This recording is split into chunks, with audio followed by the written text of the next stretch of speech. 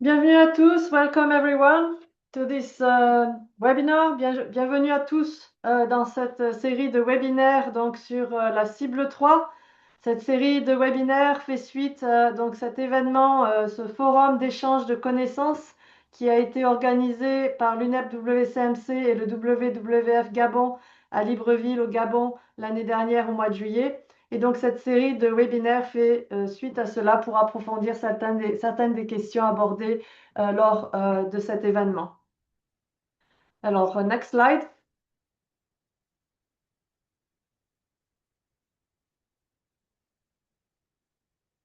Next slide, is it working? Thank you. Donc, tout d'abord, quelques points logistiques. Donc, ce webinaire a une interprétation simultanée en français, espagnol et anglais. Donc, pour avoir le langage, la langue qui vous convient, vous devez cliquer sur le petit globe en bas de l'écran, interprétation, et sélectionner la langue que vous voulez entendre, donc l'anglais, le français ou l'espagnol. Next slide. Donc ce webinaire sera enregistré et il sera téléchargé sur le site de l'UNEP-WCMC et nous partagerons bien sûr l'enregistrement avec vous tous. Vos microphones ne sont pas actifs pour le moment et votre caméra non plus pour la durée de la présentation. Mais bien sûr, à la fin de la présentation, nous aurons une session de questions et réponses et une discussion. Et donc pour cela, vous pourrez contribuer directement, donc en posant votre question ou bien en utilisant l'outil Q&A qui est en bas de l'écran. Vous pouvez aussi taper vos questions dans le chat si vous préférez. Donc voilà, de la manière dont vous voulez, je vous inviterai donc à poser vos questions à la fin. Si vous avez des problèmes techniques, vous pouvez envoyer un message direct à ma collègue Jazz Upton à travers le chat. Mais j'espère que vous n'aurez pas de problème technique. Next slide, please. Juste une petite diapo pour rappeler qui nous sommes. Donc, nous sommes le Centre de suivi de conservation de la nature du Programme des Nations Unies pour l'environnement, qui est un centre global d'excellence sur la biodiversité et sur la contribution de la nature à la société et à l'économie. Nous travaillons à l'interface entre la science, les politiques et la mise en pratique afin de faire face à la crise globale de la nature et à soutenir une transition vers un futur plus durable à la fois pour les peuples et pour la planète. Next slide.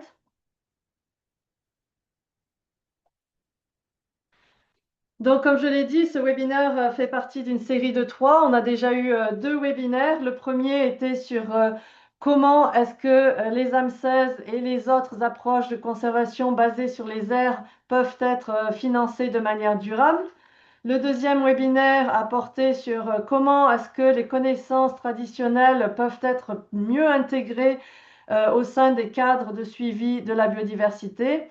Et enfin, aujourd'hui, donc, nous parlerons de comment identifier et comment reconnaître les APAC et les AMCES en les ancrant dans une approche basée sur les droits. Next slide. Donc, nous voici sur ce troisième webinaire sur donc l'identification et la reconnaissance des APAC et AMCES en les basant sur une approche basée sur les droits. Et pour cela, nous avons une conférencière principale qui est Nima Patak-Broom. Next slide. Donc, Nima est actuellement coordinatrice des politiques internationales pour le consortium APAC. Elle est née dans une petite communauté forestière himalayenne en Inde et elle gère actuellement la forêt agricole urbaine familiale à Pune en Inde. Elle a étudié les sciences de l'environnement et elle a un diplôme de 3e cycle en gestion de la faune. Elle est membre de l'organisation Kalpavriksh basée en Inde et elle coordonne leur programme de conservation et de moyens de subsistance. Le travail de Nima se concentre sur la défense de formes de conservation décolonisées et alternatives à travers la recherche et la documentation, la mobilisation des communautés et la facilitation de processus d'auto-renforcement sur le terrain, ainsi que la création de réseaux, de consultations et d'interventions politiques à tous les niveaux. Cela inclut le soutien et le plaidoyer pour les APAC territoires de vie, ainsi que la reconnaissance des droits d'accès, d'utilisation, de gestion et de conservation des peuples autochtones et des communautés locales. Donc, next slide, please. Sans plus attendre, donc j'invite Nima à commencer sa présentation. Et merci Nima. À vous Nima. Thank you so much, Elise, for that introduction. And also thank you to all the colleagues in UNEP-WCMC for this opportunity to ICCA Consortium to make this presentation. Just at the outset, many people have contributed to this presentation, so I'll do my best to respond to any questions and discussions that we have later on. Next slide, please. So just a little quick introduction to ICCA Consortium, on whose behalf I'm making this presentation today. Perhaps some of you are familiar with the consortium. So it started as a very informal group of people meeting around UN Rio conventions, particularly UN CBD, and discussing the possibilities of recognition of conservation and climate contributions that Indigenous people and local communities make. And from a very sort of informal gatherings, by 2010, it became a registered association. Next slide, please. So today it is a global nonprofit association, which has, as of 2025, about 271 member organizations and 483 honorary members, who are mainly individuals. Members have the voting rights, and the decision-making power is with the general body of the organization, and the member organizations are Indigenous peoples and community-based organizations and civil society organizations which work with them directly towards their support. Next, please. With a kind of vision that very deeply located in territories of life and Indigenous and local communities, which are custodians of those territories of life, to ensure that they are able to exercise their rights and responsibilities towards self-determination and also conservation within their territories, to ensure their own well-being and well-being of all other beings within their territories. Next, please. With this vision, our mission is to promote appropriate recognition and support for territories and areas conserved by Indigenous people and local communities at all levels: local level, national level, regional, and international levels. Next, please.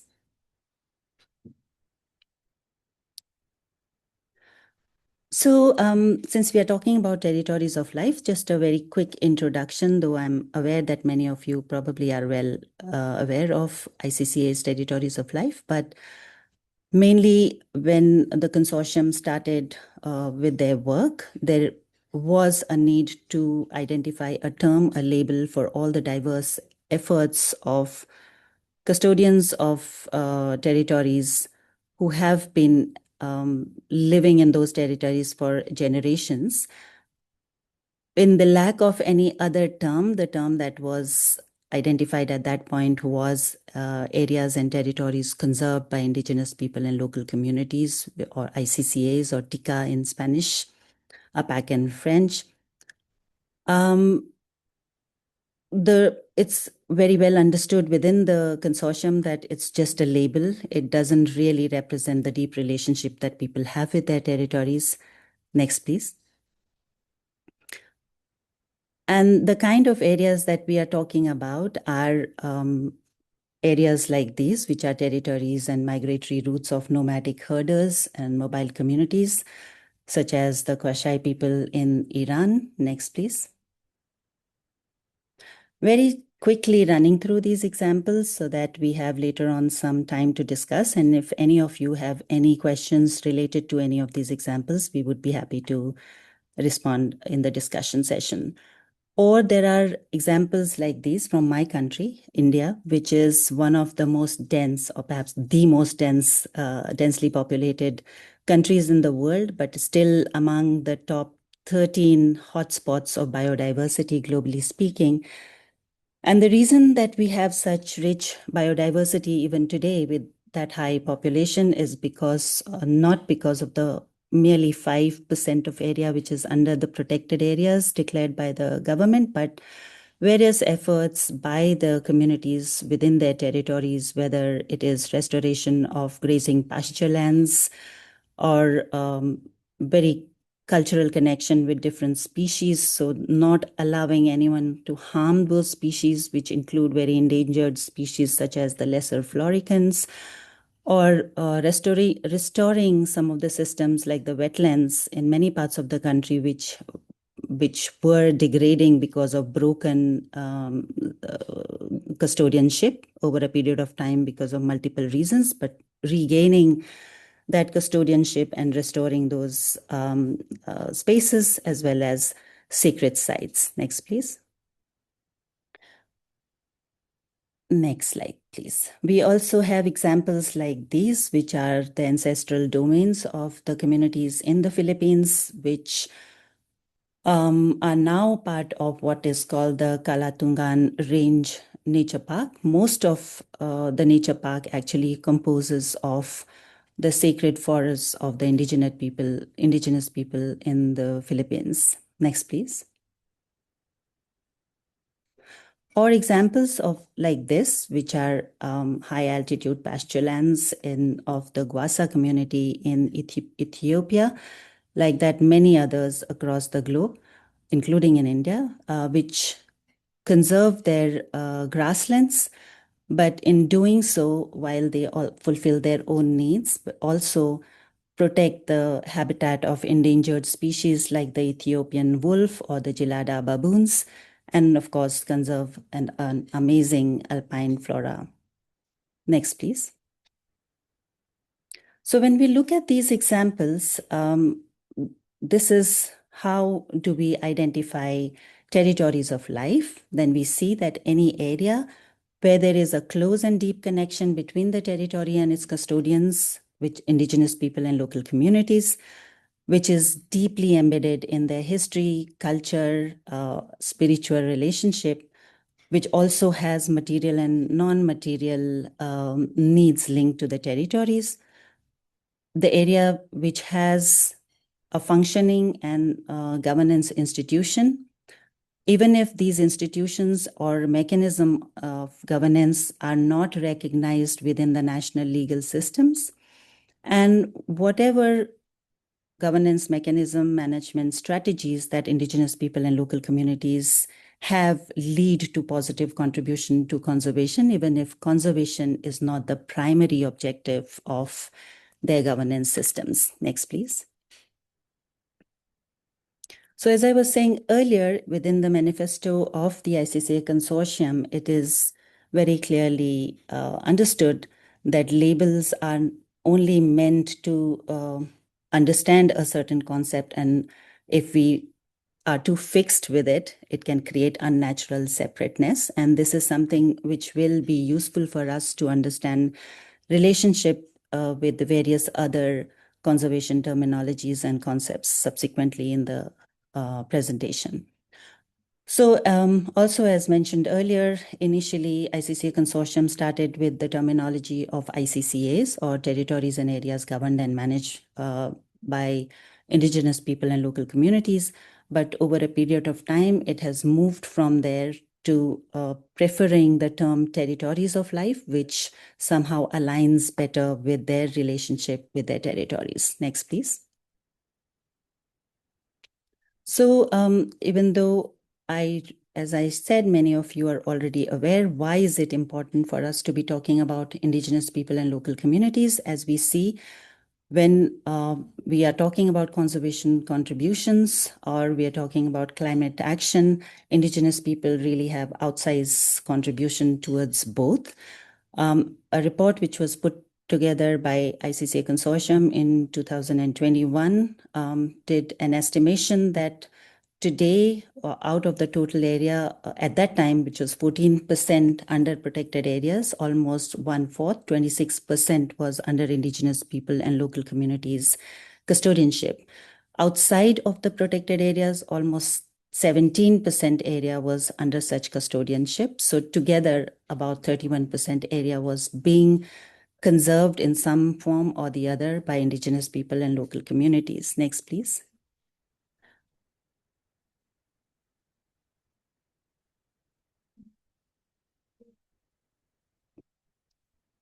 So we see, yes, next, please. So we see that Indigenous people and local communities, through their custodianship, actually conserve almost 21% of the land, global landmass. And within that, if we look at the key biodiversity areas, then almost 22% is within the custodianship of Indigenous people and local communities. So these areas have immense significance for the future of our planet and that of the humanities. Next, please. Having said that, despite the significance, I think you all are well aware, in most of our countries, there is no legal recognition of sites like this. There is no legal, financial, or political support for these. Very often we find that these areas are being grabbed by powerful political or corporate interest. Many inappropriate development projects, whether these are mines, dams, coming up in these areas, and invariably without the FPIC of the local communities. And in the recent times, more and more areas are actually coming under mega renewable energy projects. For many of these, whether these are government schemes or conservation policies and practices, do not recognize the institutions, governance and management institutions of Indigenous people and local communities, which undermines such institutions, knowledge systems, and slowly leads to weakening of those. As I mentioned, the protected areas and even OECMs that we will be speaking about later on, in some cases lead to weakening of Indigenous people and local communities custodianship. Next, please.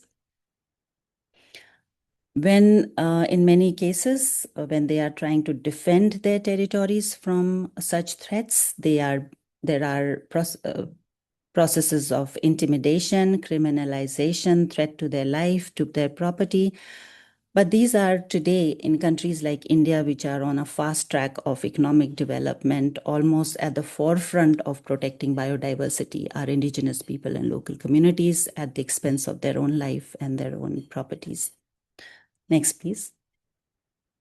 Having said that, it was for these reasons that the members who were earlier informally meeting to see how there could be effective and meaningful policies and processes to gain recognition for such territories of life and their contribution to biodiversity. Over a period of time, because of such advocacy, some level of recognition has happened, particularly in UN Convention on Biological Diversity, where over a period of time, there has been many decisions which acknowledge the terminology of community conserved areas or Indigenous peoples conserved areas. Next, please. And many decisions also talk about recognition of these sites, protection of these sites, and recognition of Indigenous people and local communities' full and effective rights over their own territories so that they could continue with their own custodianship. In the recent times, the terminology has moved from ICCA's territories of life to Indigenous and traditional territories. Next, please. So we see that by the time we come to Kunming-Montreal Global Biodiversity Framework, from ICCAs, we move to the term Indigenous and Traditional Territories. KMGBF per se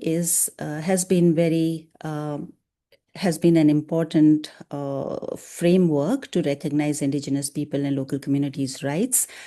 as well as their contribution to biodiversity. And we know that many targets within the framework talk about Indigenous peoples' role in conserving biological diversity and also need for recognizing them and providing them protection. Very important among them is Target 3, which talks about equitable governance, conservation governance, and affirmation of Indigenous and traditional territorial rights. One of the next, please. Target 3 is very important because not only does it talk about recognition of Indigenous people and their rights, but for the first time, it clearly identifies that there are 3 possible ways or primary ways for reaching conservation goals, which it identifies to be 30% of the area coming under effective and equitable conservation. And those pathways include recognition of Indigenous and traditional territories, designation of protected areas, and identification of OECMs. So subsequently in the presentation, we will try to see how these different terminologies relate to each other, and then how they can move towards gaining better recognition for ICCAs. Next, please. So while there are 3 primary ways by which conservation can be achieved, Target 3 also provides 3 ways by which Indigenous people and local communities' conservation efforts can be recognized.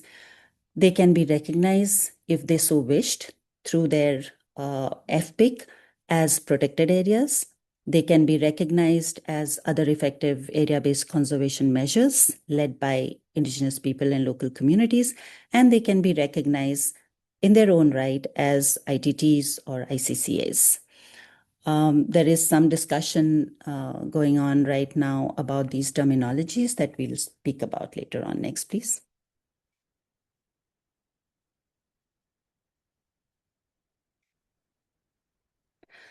So considering that there was a recognition of ICCAs in various decisions of the Convention on Biological Diversity, and now after 2022, the terminology being used is Indigenous and traditional territories in the context of Target 3 and KMGBF.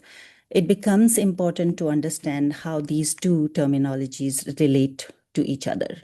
Next, please. So one of the things that probably is important to understand is there is no contradiction between these 2 terms. They are complementary concepts, and the concept of Indigenous and traditional territories builds upon the existing COP decisions that we looked at earlier on. And the relationship between these 2 terminologies must be understood as a diversity of terms with a shared intent of escalating efforts and advocacy towards acknowledgement and support for conservation and climate contributions of Indigenous people and local communities, advocacy towards upholding recognition of full range of rights, including rights to govern and sustain their territories according to their self-determined, culturally rooted priorities and knowledge systems, institutions, and practices. Also, advocacy towards recognizing and strengthening Indigenous peoples and local communities as empowered conservation and climate action leaders and solution providers rather than constrained, neglected, and marginalized victims. So these are the shared intention behind both the terminologies. Next, please.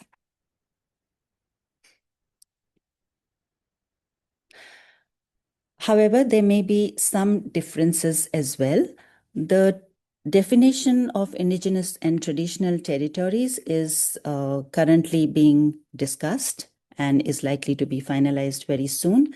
But right now, we understand it to be traditional territories of Indigenous people and local communities. However, as per the definition of ICCAs that we looked at earlier on, the terms rights holders and custodians is very important, and also the relationship between these 2. For ICCA's territories of life, custodians custodians and ICCA's territories of life are interdependent concepts. There are no territories of life without custodians, and they're unlikely to be custodians without their territories. And who are the custodians as ICCA Consortium sees them? These are self-identified indigenous people and local community groups who have collective commons. They maintain a very intricate and long-standing relationship with these commons, and they collectively govern and manage them through their institutions, systems, and cultural associations. It is understood that not all right holders are necessarily custodians, and not all custodians necessarily have their rights recognized yet in the national legal systems. Next, please. So considering the concept of custodianship, if we then look at indigenous and traditional territories, then it seems that potentially almost all indigenous and traditional territories could be ICCA's territories of life as well. However, because the commitment under Target 3 is something that will be self-determined by the indigenous people and local communities, they may choose to have their entire traditional territories or collective commons as ICCAs committed under Target 3, or they may choose only a part of such territories recognized as under Target 3.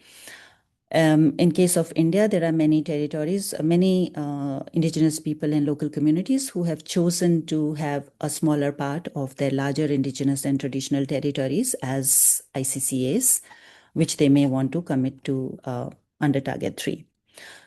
The self-identification of indigenous people, of ICCAs by indigenous people and local communities, we must understand may not always happen as ICCAs, because people recognize their territories by a diversity of local names. Devrais in case of India, Orange, Sarnas, and many, many other kinds of diverse names.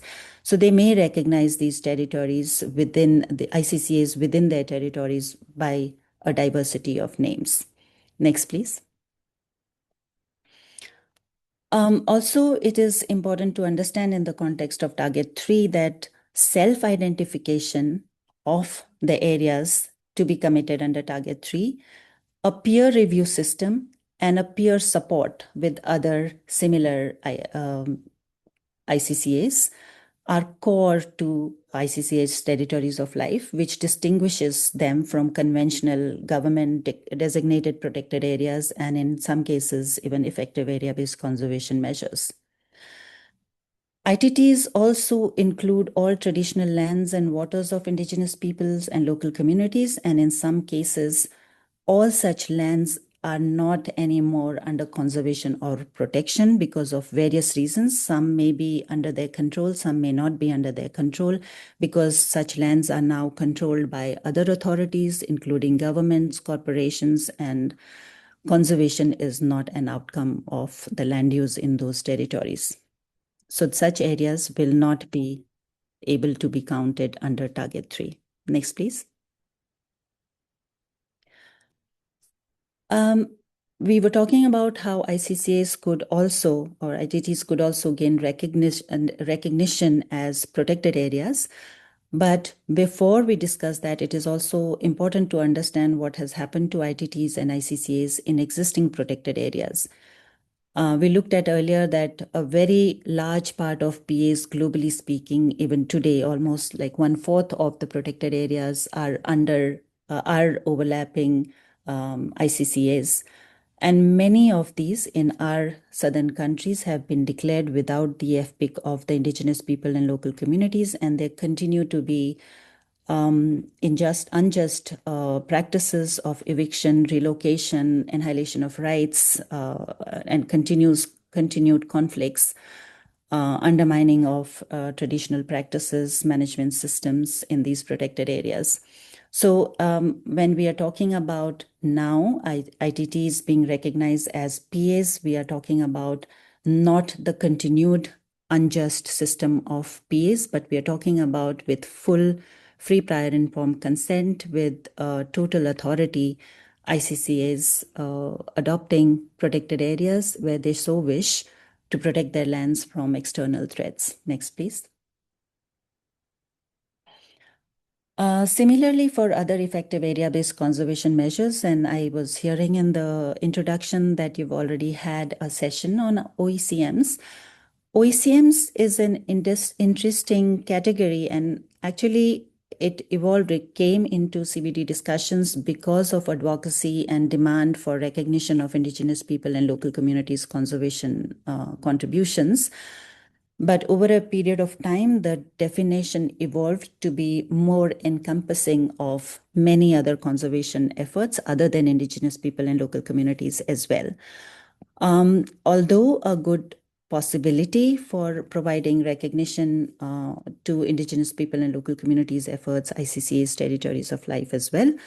In some countries, there have not been very positive experiences of Indigenous people and local communities with OECMs as well. Next, please. In case of some examples like the Palawan Island in the Philippines, which is also registered in World Database on Protected Areas, communities have decided to adopt OECMs as one of the categories to gain recognition. But in many other areas, as I mentioned, countries like Mexico and Indonesia, there have been very little difference in the processes by which protected areas are declared and by which OECMs are declared. Next, please. So in summary, when we look at all the examples that we have seen so far, we see that if we are talking about rights-based approaches to recognition of ICCs or recognition of ICCAs, a recognition of conservation contributions of Indigenous people and local communities, even though there are opportunities of such areas being declared as ITTs in their own right, such areas being provided protection under the protected area system, or such areas also gaining protection from OECMs or recognition as OECMs, it's extremely important to learn from the past experiences of how some of these categories have been implemented in at the national level. For example, it is extremely, we already spoke about why it is very important for such areas to gain recognition. Next, please. So recognition of ICCA's territories of life, whether as ITTs, PAs, or OECMs under Target 3, must affirm and uphold and not diminish full range of individual and collective rights, as we are seeing in some countries when categories like OECMs and protected areas come, they come at the expense of rights of Indigenous people and local communities. Such categories must strengthen territorial stewardship and custodianship, must acknowledge that Indigenous people and local communities are rights holders and governance authorities, custodians, and not mere stakeholders, must uphold the free prior informed consent of the custodians and rights holders, must respect customary law, traditional knowledge, and governance institutions, must respect custodians' self-governance, management, and use of their territories through their own institutions and practices, and strengthen their practices of wellness and conservation outcomes. Must understands that rights-based recognition also requires remedy and redress of the past and ongoing injustice in unjust practices like evictions, relocations, etc. Without keeping these things in these principles in mind, it would be extremely difficult to achieve effective and equitable conservation under Target 3. Next, please. Specifically speaking about areas which are overlapped by protected areas already, it's extremely important that ITTs and ICCAs are self-identified. Transfer or delegation of governance to the custodians is done where it is so desired with their FPIC. Areas, ICCA's territories of life are identified as zones within protected areas which are self-governed by the custodians if the custodians so desire. The management plans and strategies of the custodians within their territories are integrated in the larger protected area management plan, if there is one that exists, without undermining custodians' authorities' rights and ability. And there must be constitution and use of grievance redressal mechanisms within the protected areas. Then when ICCAs are recognized as OECMs, it is absolutely essential that such recognition is voluntary and based on free, prior, informed consent and not an imposed category on the custodians. Custodians must self-identify, document, and participate in the reporting of their conservation contributions, and intellectual property, confidentiality, and knowledge rights must be respected. Next, please.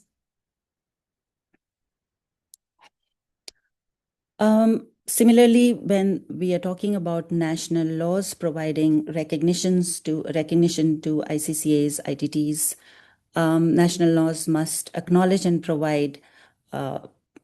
I don't think there are any national legal systems right now that acknowledge ITTs and ICCAs as the primary pathway for achieving KMGBF targets at the same level as protected areas and OECMs.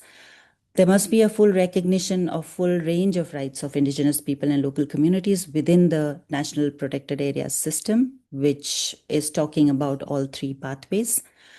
They must implement rights-based approaches which have already been recognized, like in many countries where there are laws which recognize the rights of the people, but they are not being implemented on the ground.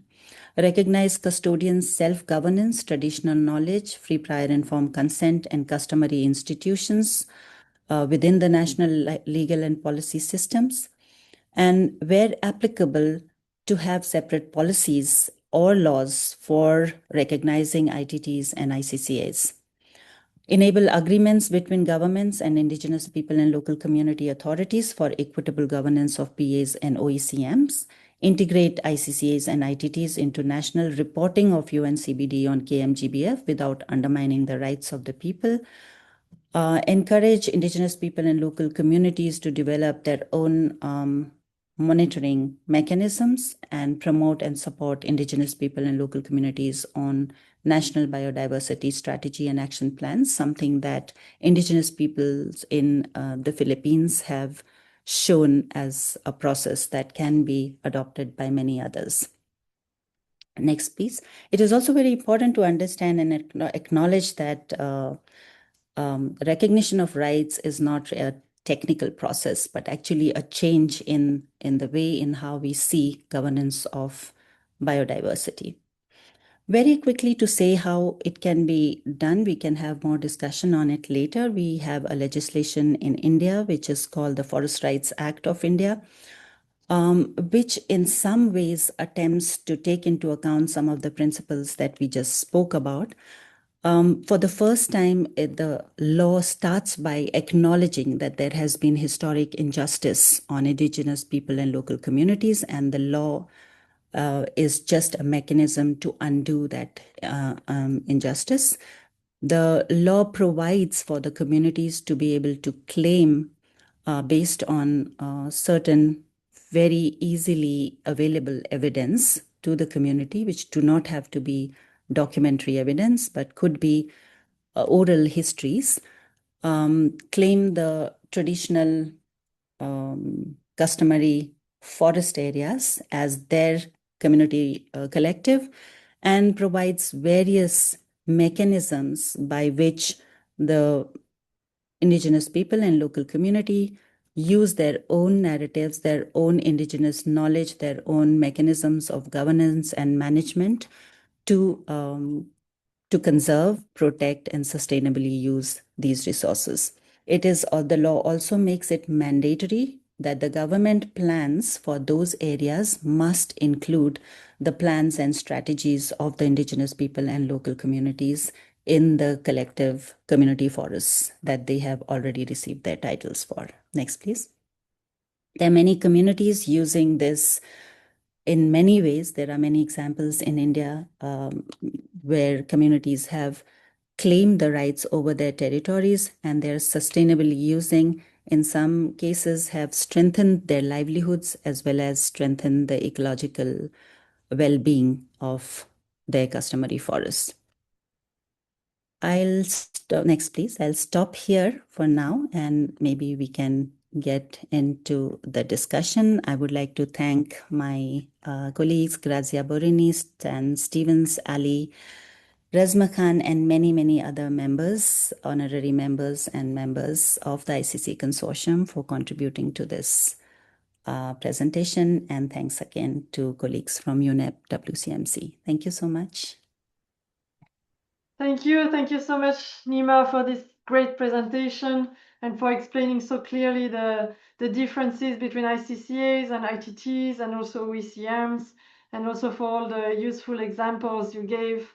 Yeah, I think it was also very important to highlight how these territories can be identified and recognized, and also this example from India was very interesting.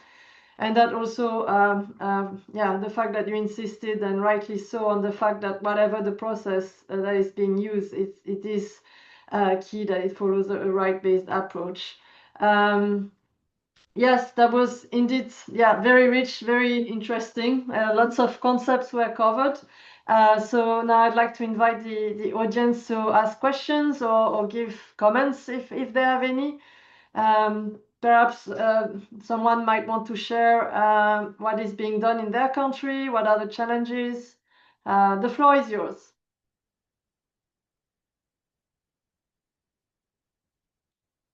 You can use the chat, you can use the Q&A, or you can just raise your hand and ask a question.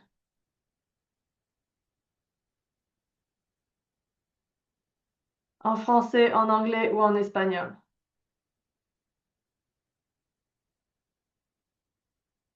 Léonard, allez-y. Oui, bonjour à tous. Je vais m'exprimer en français car mon anglais est un peu compliqué. Pas de Alors, problème, allez-y. très bien. Je félicite nos amis pour la présentation hein, de travail harassant qu'ils sont en train de faire concernant le territoire de vie. J'ai des préoccupations. Comme je l'ai dit, je suis Léonard Bosseng, facilitateur communautaire de la NAPAC, RDC, donc l'Alliance nationale d'appui et de promotion des aires conservées par les peuples autochtones et communautés locales, en RDC. Euh, Effectivement, nous sommes toujours dans le processus de documentation et identification des territoires de vie locales. RDC déjà, nous avions enregistré autour de 43 APAC, dont autour de 32 sont cartographiés et quelques études sur l'intégrité ont été réalisées et une superficie estimative importante déjà et qui pourra aussi contribuer à l'atteinte de l'objectif 30 x 30 du cadre mondial sur la biodiversité. Alors, ma question, c'est en rapport avec la terminologie, hein, parce que comme je reste maison, qui assure le suivi des réformes dans le pays, hein, les réformes législatives.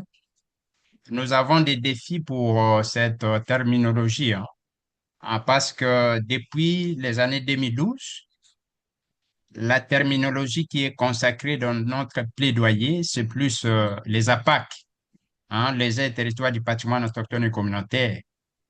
Alors, quand maintenant les pays ils ont adopté le cadre mondial sur la biodiversité, la cible 3. La terminologie qui est consacrée là-bas, c'est territoire autochtone et traditionnel. Alors maintenant, dans les documents au niveau national, parce que nous sommes en train d'accompagner la révision de de la loi sur la conservation de la nature pour voir comment intégrer aussi la dimension des armes CI ainsi que les territoires autochtones et traditionnels. Mais aussi le code forestier maintenant est en train d'être révisé et la politique forestière au niveau national. On aimerait intégrer cette dimension, mais le problème, c'est la terminologie maintenant.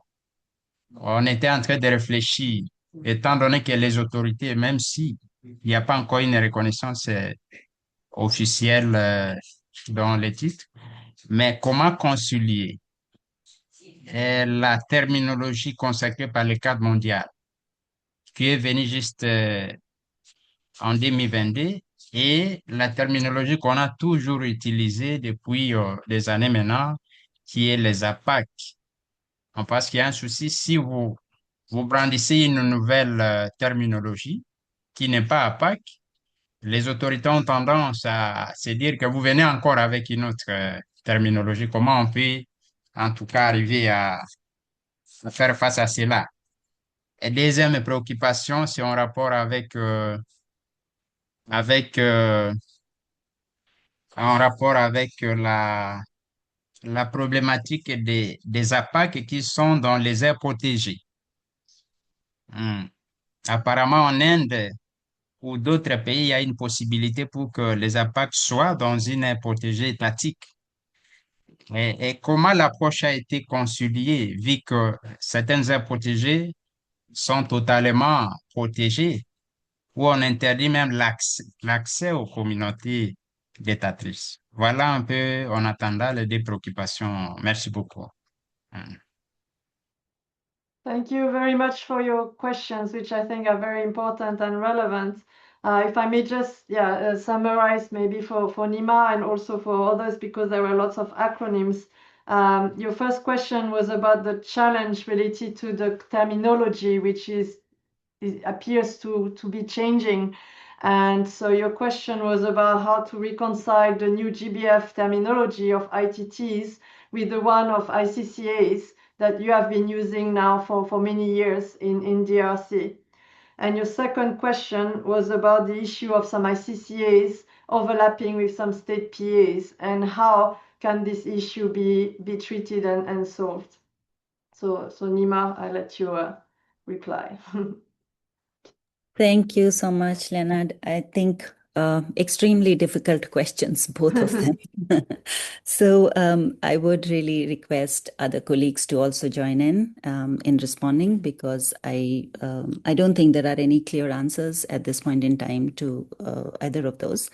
So pretty much like what you said about DRC, it's the similar situation in India, and I'm sure in many other countries, because there was recognition of this term ICCAs for a while in CBD decisions. Many countries, many indigenous people and local communities were pushing for policies in their own countries, like us in India. And in some states, governments are already coming up with policies on ICCAs. And now then to change the terminology, it's difficult, because it's taken a couple of decades of constant advocacy to even reach here. And then the second complexity is that there is a slight lack of clarity on ITTs in relation to Target 3. So if this is something which is still under discussion and is being evolved, and we are hoping that there would be some clarity, hopefully by the end of this year or next. These things take time, and they must take time, because if we do something in a hurry, it can be counterproductive. Like it took a long time for OECM definition to evolve to where it is. It has taken a long time for ICCAs to evolve. So ITT is a very new terminology, and we are hoping that there would be some clarity on what it means, and there would be an acceptance in some sort, perhaps, hopefully, in interchangeability of these two terms. So in certain contexts, ICCAs are ITTs, or expression of ITT's conservation contributions. But this is under negotiation, and it's very difficult to say right now. I would be actually interested in knowing what you are talking to your governments, how you are addressing this at the national level. while it is still being discussed internationally. Related to the second question on protected areas, which is again, I think, a very difficult question, even though we have the law that I spoke about, which is Forest Rights Act 2026 in India. On the ground, implementation has been really an uphill task. It's extremely difficult for government, for people to push the government to implement their own law, which has been passed in the parliament, and then constantly there are efforts to dilute its impact. In fact, there was a provision about FPIC in the law, which in 2023 was taken out. So it's a constant battle, I think, in all nations. And one of the things that has been happening less in last few years is a kind of international pressure forum on national governments on protected area issues, which probably we need to reactivate. There was a time when we were talking a lot about shared governance, co-management, but in relation to protected areas, but in the recent time, international lobbying has gone down. So I think that really needs to be activated as part of ICCAs or as part of a larger partnerships between different organizations. I'm sorry, I really don't have very clear answers to either of your questions. Thank you, Nima, for taking these complicated questions. I don't know if that answers your question, Leona, or if you have some quick reaction to that. I see that the hand of Anapak is still up. So maybe peut-être une réaction rapide de votre part à l'Anapak. Sinon, je vais passer après à l'autre personne qui avait sa main levée pour une question aussi. L'Anapak brièvement. Oui, merci beaucoup. Ce n'est pas encore Léonard, mais c'est M. Alex qui intervient aussi avec quelques questions. Et merci beaucoup, surtout à Neema, pour en tout cas des explications claires par rapport à cette question qui nous pose beaucoup de soucis, les AMCs, les APAC, tout ça. Alors, moi, j'avais deux petites aussi préoccupations. En tout cas, c'est en termes de questions, parce que je m'aimerais vraiment savoir, est-ce qu'au niveau mondial, existe-t-il une cartographie déjà, qu'on peut dire des APAC, hein, qu'on peut blandir partout pour dire, voici vraiment au niveau international, c'est ça la cartographie en termes des APAC. Et ma deuxième préoccupation, c'est aller avec les AMC, parce que souvent on fait la confusion entre les AMC et les APAC. Est-ce qu'il existe vraiment en termes de, je peux dire même des critères qui peuvent nous aider vraiment à dire ou à orienter même notre engagement pour dire, en tout cas, si on parle des AMC, voici tel critère que ces AMC doivent en tout cas répondre à ça.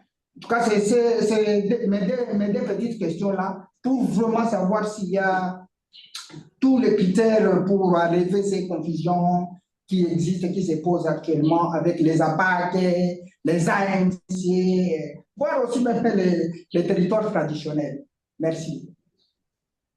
Merci, Alex, pour vos questions.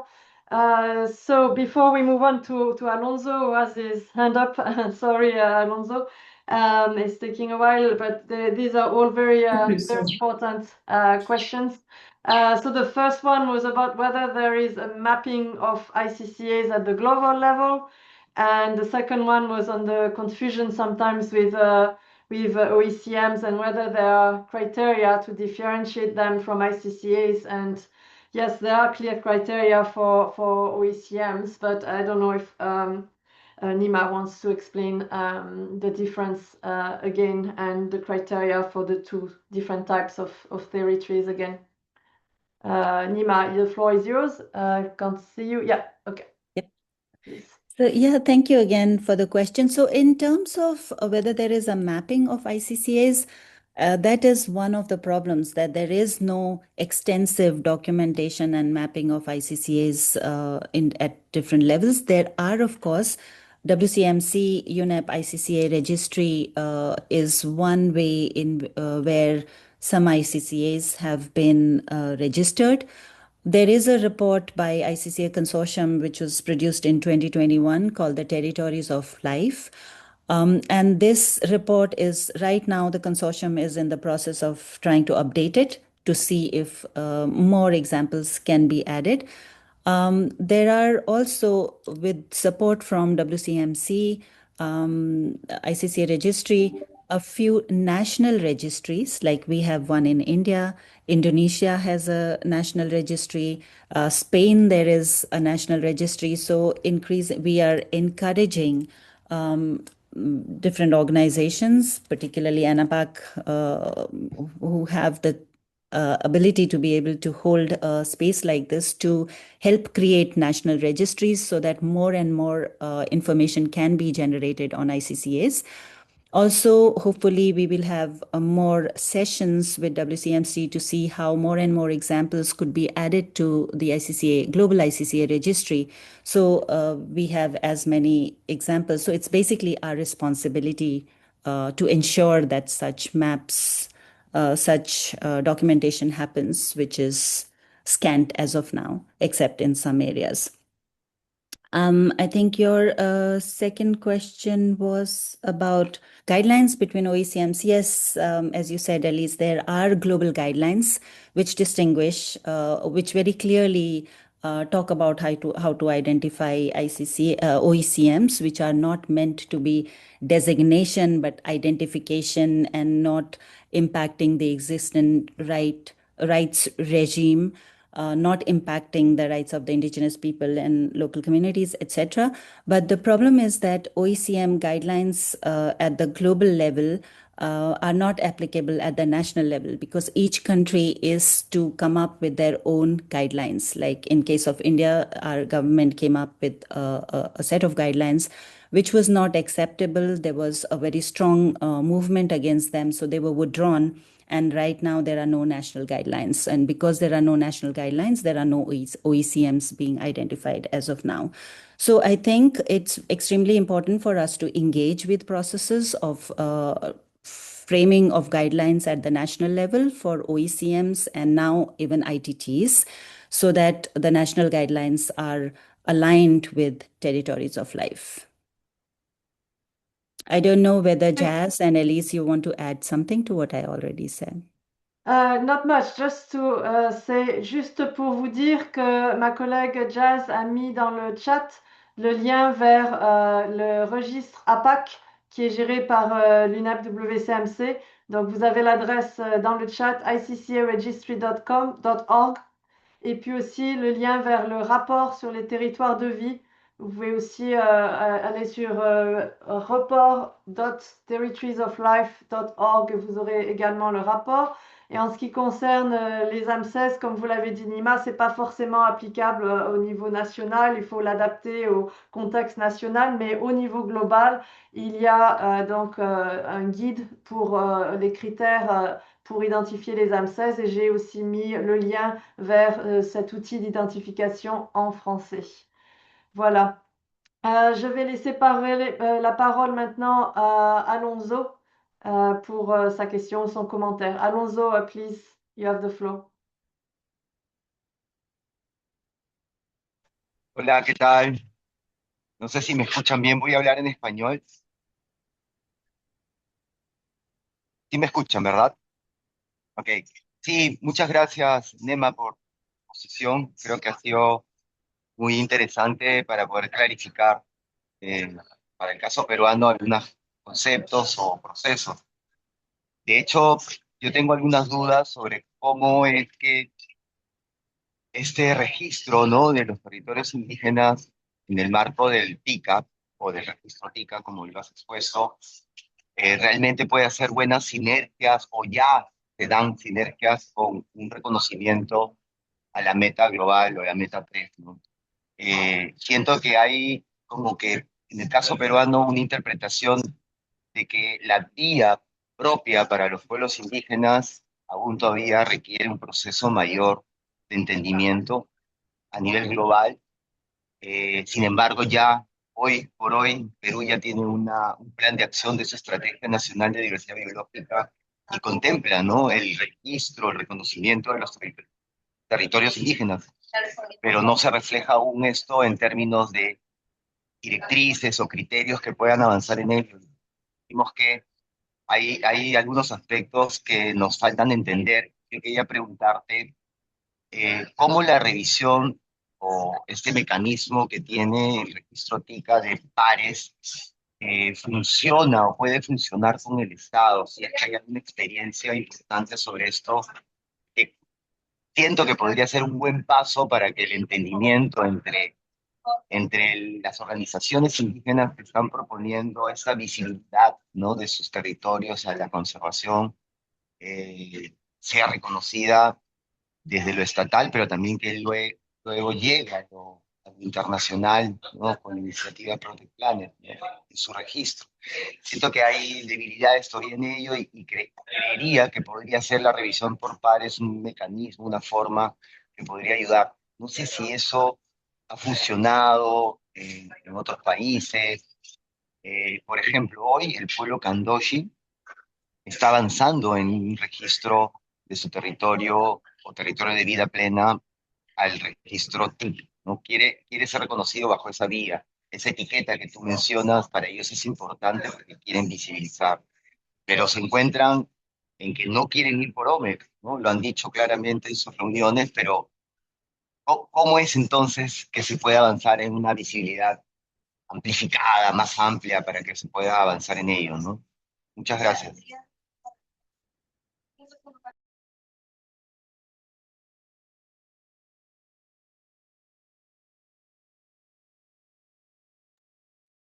Yeah, thank you. For peer review process, I was wondering whether Jess, you would like to respond to that, because I know that WCMC has been wanting to put together guidance on that, a document. So perhaps you could help us. I can just give one example, which is not yet at the international level, but in India, how the peer review has worked in one of the states, which is one of the eastern states, mostly indigenous people, and a very large network of territories of life, which they have set aside within their indigenous and traditional territories. And what they have done is formed a federation of different communities, and there are about 70 community conserved areas or territories of life as part of that federation, and they come together once in a way to kind of support each other in any threats when they're faced with threats or any other kind of support that is required, a kind of peer support process.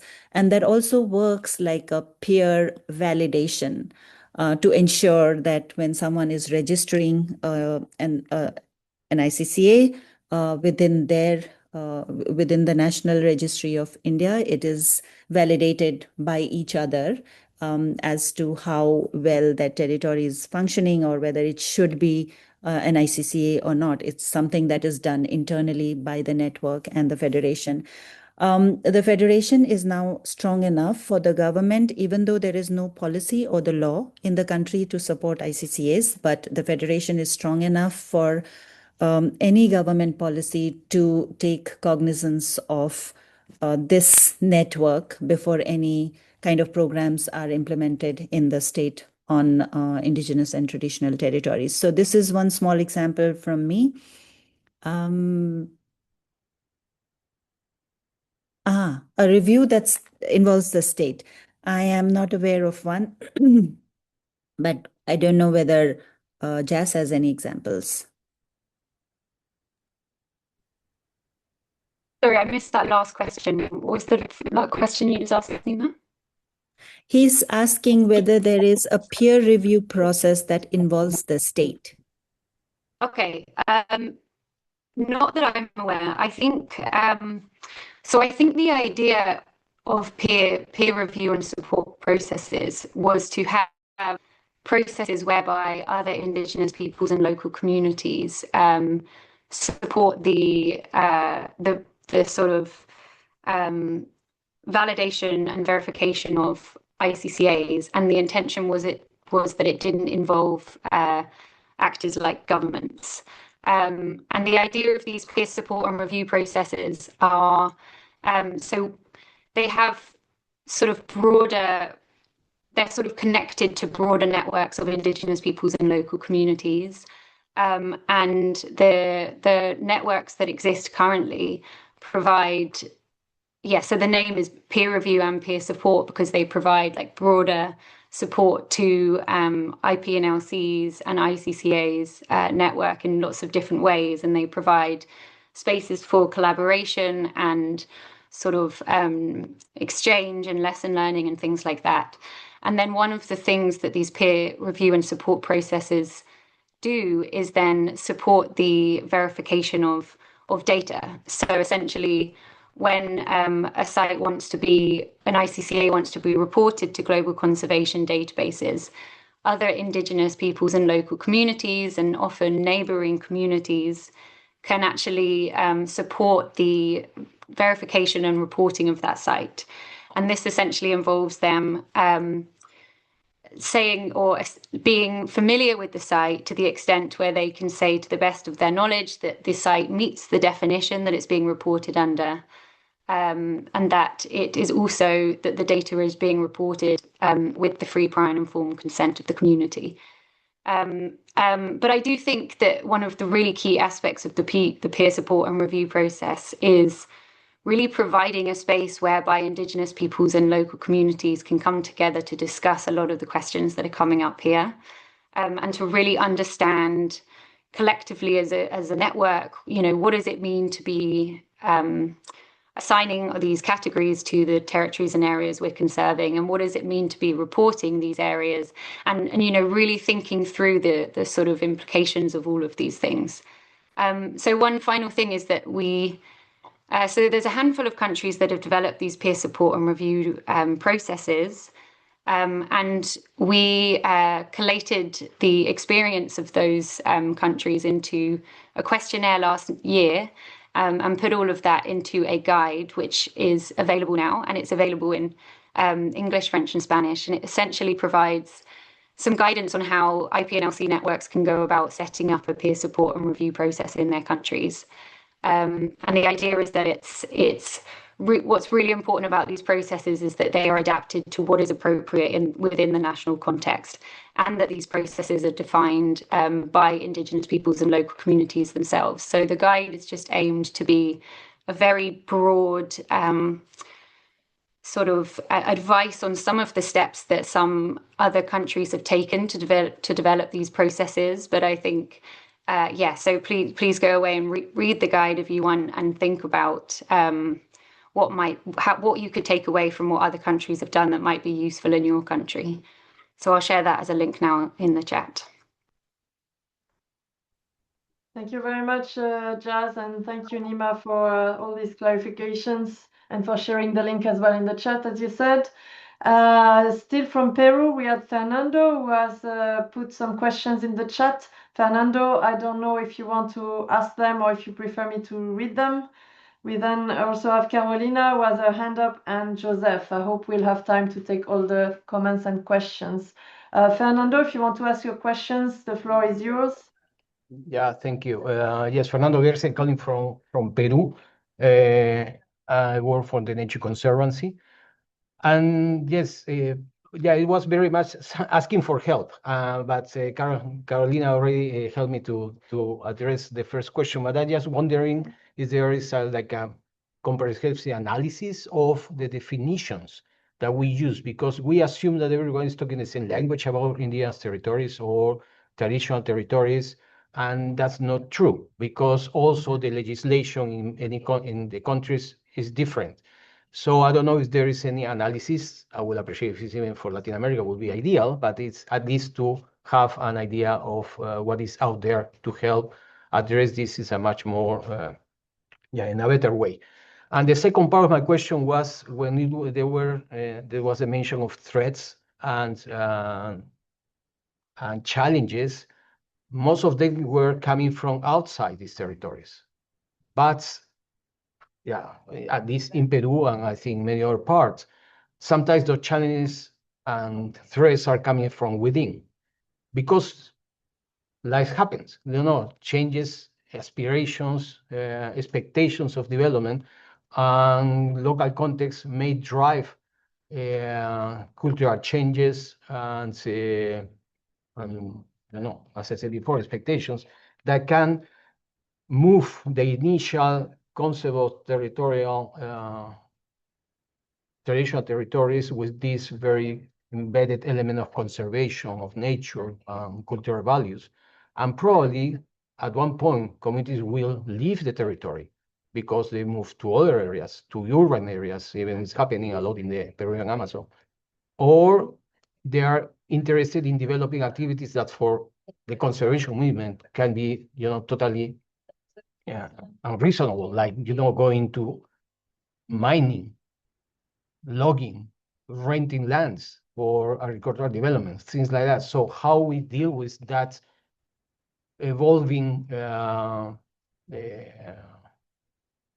approach to preserving these territories. Yes, thank you, Fernando, bringing up this really, really critical question. I think that all of our countries are currently facing, all of our communities, we ourselves are facing. I think even the internal pressures that you spoke about very importantly, which I didn't have in my slides because of paucity of time, but many of them are also being in a way stimulated or catalyzed by external threats because there are macroeconomic policies which are leading certain ideologies and worldviews of what we call human development, human progress, which is cash-based, finance-based, and is not thinking of well-being. And it's unrealistic to expect people who are living in those areas also not get influenced by what is being seen as the way to be outside of their territories. So it's very normal. It's happening at a phenomenal rate in countries like India. But there are also counter movements. So one of the things that ICCA Consortium does and what we have been also doing in our countries is what we call the self-strengthening processes, which are basically identifying landscapes and identifying community collectives and putting the energies, knowledge systems, and strategies of friends from outside like the consortium and others, many, many others, and also the local collectives to do a visioning exercise for the landscape and also look at some of the impacts of what the modern world and modern processes of development, immigration to outside land is doing to the community, its health, its culture, its existence. And there are what we call in India, we have an alternative movement, which is like confluence of alternatives or Sangam, which is a larger network of all different organizations coming together, visualizing what is happening to our lives and processes and how they are impacting us and our territories, but then also engaging very directly with the communities on documenting what have been the traditional systems of decision making and how these systems sustained. What is it that is compelling the youth to move out of the areas, and what do youth find meaningful within their territories or not? Engaging in documentation process, engaging in inventory research, co-creation of research, which is outside ecological experts going to local youth who are also experts in their own way and combining their methodologies to carry out a research that then feeds into a community discussion process, both social research as well as ecological research, leading to consultations within the community, leading to consultations, intergenerational consultations, then leading to, if the community feels the need, to strengthen whatever it takes to some of the systems that were functioning well and are now breaking down. Some of the communities are trying to do it through stories. Some of the communities are trying to do it through ecological research. So we have 2 or 3 ecological research which has been instituted, what we call the Coexistence Consortium. which gives research fellowships to fellows from within the territories and outside researchers to come together and carry out knowledge building for their territories. So these are some of the efforts, but all efforts in progress. Sometimes the forces are too strong, as you said, and may not be as effective in controlling external influences.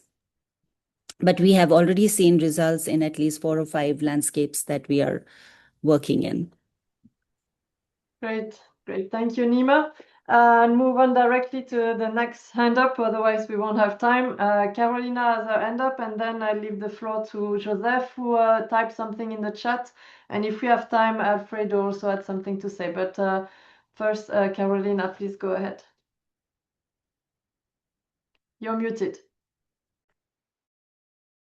You're still muted.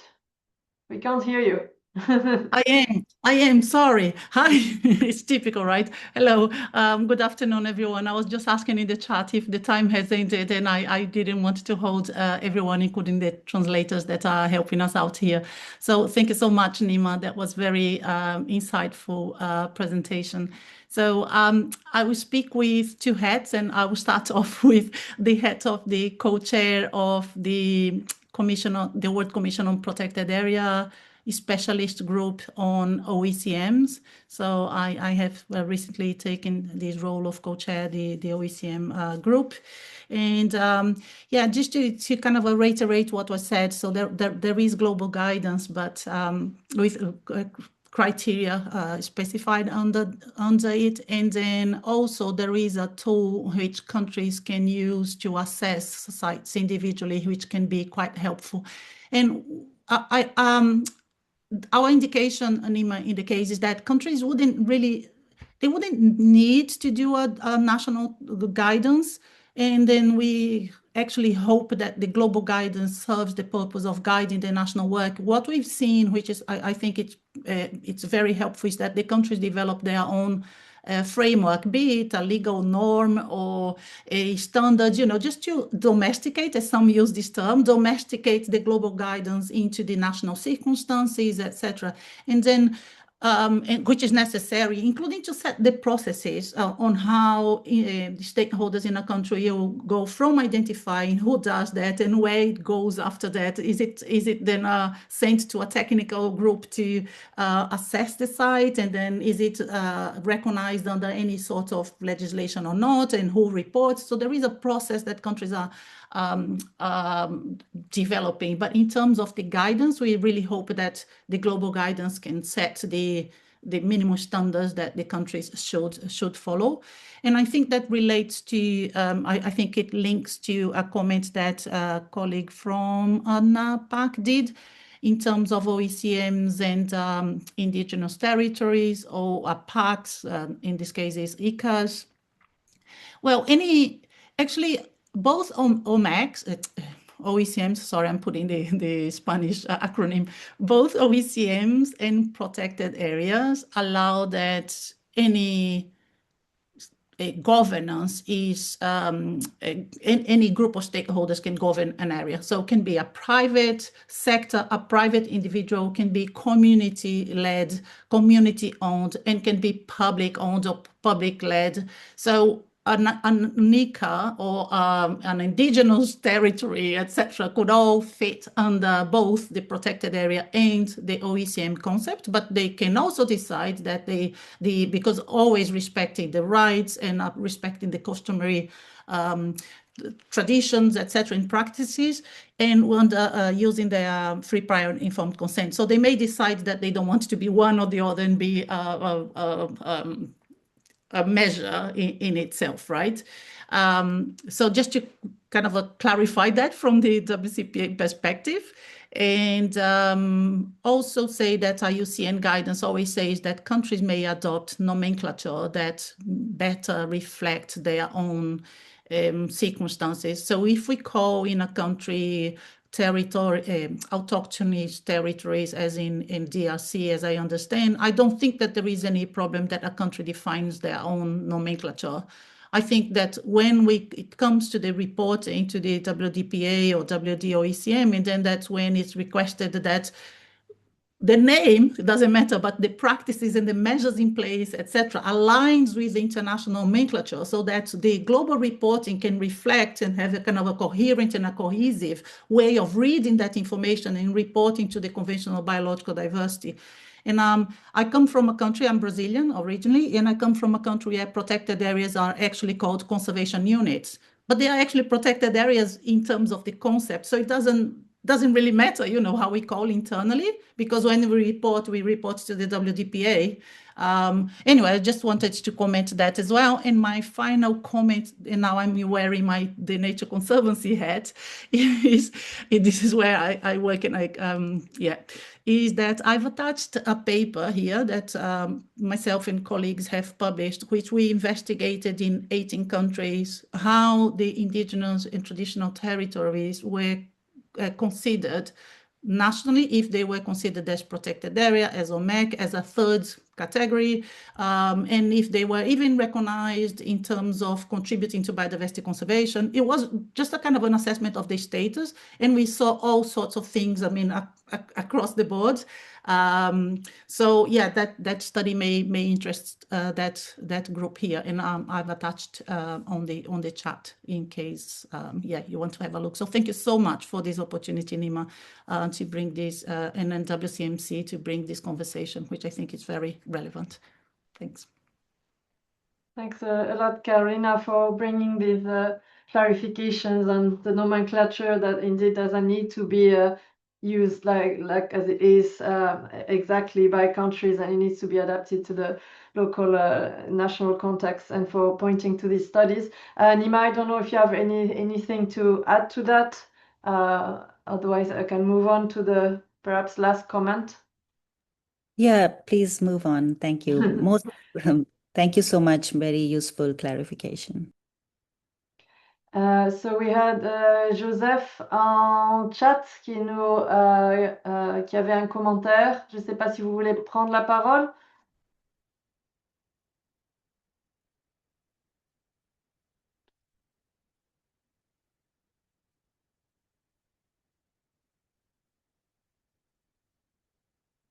Sinon, je vais lire son commentaire. Donc, Joseph de l'ANAPAC RDC qui disait oui, il y a des bases de cartographie et des cadres analytiques globaux, mais ils restent incomplets et politiquement sensibles. Quant aux menaces internes, la solution n'est pas d'opposer frontalement, mais de renforcer l'autodétermination, la gouvernance locale et les alternatives économiques durables alignées avec les valeurs naturelles et culturelles des territoires. Donc, je pense que c'était essentiellement un commentaire avec lequel nous sommes bien sûr tous d'accord. Donc, je vais voir si, à moins que Joseph ait quelque chose à ajouter, je vais voir si Alfredo veut contribuer. J'ai vu que vous aviez aussi contribué au chat. Alfredo, do you have something to say or add? We have 3 more minutes before we really need to stop.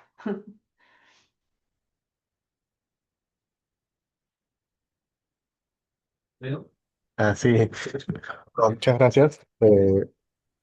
Disculpen, mis comentarios ya fueron abordados por Fernando Gersi. Muchas gracias. No sé si me escucharon. No sé. Sí. Disculpen. Oui, il y a eu un délai avec l'interprétation parce que pour l'espagnol, moi, j'ai besoin de l'interprétation. Ok, donc y a-t-il d'autres questions dans le chat auxquelles je n'ai pas répondu? Si oui, levez la main. Sinon, mais si vous avez encore des commentaires ou des questions, je vous invite à lever la main maintenant pour un dernier commentaire, une dernière question. Sinon, on va mettre fin au webinaire. Y a-t-il des derniers commentaires ou questions?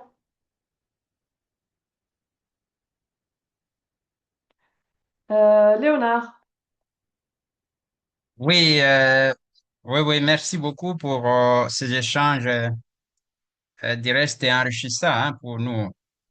Mais on a quand même des défis liés à la reconnaissance légale des APAC à travers le monde. Et je voudrais un peu savoir si il y aura une possibilité dans les jours qui viennent d'avoir quand même des cadres d'échange d'expérience, si l'évolution de reconnaissance à travers les différents continents, c'est important. Si ça sera vraiment possible pour que finalement nous puissions voir comment avoir un cadre de lobbying et de plaidoyer pour pousser le gouvernement à travers le monde de reconnaître légalement les territoires de vie, notamment les APAC, dans les différentes législations. Merci. Okay, so this last comment was about the challenge of legally recognizing ICCAs and whether we can share some experiences. What I propose to do is that when we share the link to the presentation, we can also share some links to some useful material and reports. So we will do that in the email to all the participants. But I leave the floor to Nima in case she has something quick to say, because it's already 4:30, so we will need to wrap up. But Nima, I leave you the floor for one last comment, please. Yeah, thank you, Elise. And I just wanted to second Leonard's suggestion, actually, because I thought this was an extremely useful conversation. And of course, many of these are concepts in progress, and challenges on the ground remain. So there are no concrete solutions. There is no answers that we can clearly give. But I think these kind of conversations bring us together, remind us of the challenges that we have, and help us strategize better for future. So I think it would be extremely useful to do this exchange. We will try and see if ICCA Consortium can facilitate some such experiences along with WCMC, UNEP-WCMC. And perhaps also look at what could be the strategies to support each other better. So thank you very much for organizing. Most useful even for me. Thank you.